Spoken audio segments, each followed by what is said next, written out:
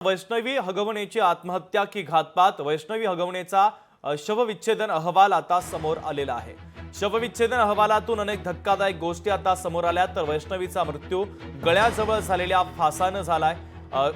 शरीरावर धारदार शस्त्राने केलेल्या खूप साऱ्या जखमा असल्याचं देखील आता पोस्टमॉर्टम रिपोर्टमध्ये समोर आलेलं आहे।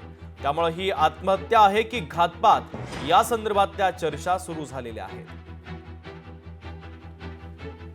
तर अजित पवारांच्या राष्ट्रवादीचे मुळशी तालुक्याचे अध्यक्ष राजेंद्र हगवणेंची सून वैष्णवी हगवणे हिनं 16 मे रोजी गळफास घेऊन आत्महत्या केली।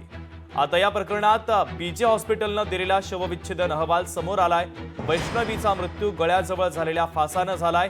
तिच्या मृतदेहावर धारदार शस्त्राने वार केलेल्या खूप साऱ्या जखमा देखील आढळलेल्या आहेत, असे या अहवालामध्ये आता नमूद करण्यात आलेलं आहे। त्यामुळे ही खरंच आत्महत्या आहे की घातपात, या संदर्भातला संशय बळावलेला आहे।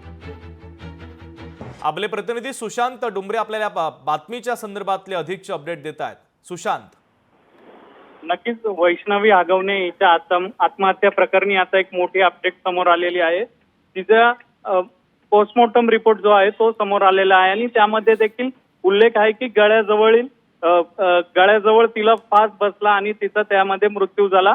परंतु तिच्या जे आई वडील आहेत त्यांनी देखील माध्यमांसमोर सांगितलं की तिला वारंवार मारलं जायचं, तिच्या पूर्ण शरीरावरती जे ओळ उठलेले आहेत त्यामुळे तिला मानसिक त्रास देखील नेहमी दिला जायचा, त्यामुळे तिने ही आत्महत्या केलेली आहे। परंतु त्याच्या घरच्याचं म्हणणं आहे की आत्महत्येसाठी प्रवृत्त तिच्या सासरकडच्या लोकांनी केलेलं आहे।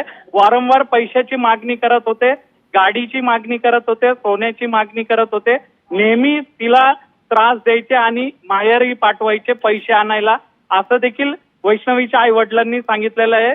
त्यामुळं आता पोलीस देखील या संपूर्ण प्रकरणाची चौकशी करत आहेत आणि ज्या ज्या गोष्टी वैष्णवीच्या आई वडिलांनी तिच्या सासरकडच्या लोकांना दिलेल्या आहेत त्या देखील गोष्टी आता पोलीस देखील जप्त करतायत। अगदी सुशांत, महत्त्वाचे अपडेट या बातमीच्या संदर्भातले पोहोचवलेले आहेत। तुर्तास धन्यवाद।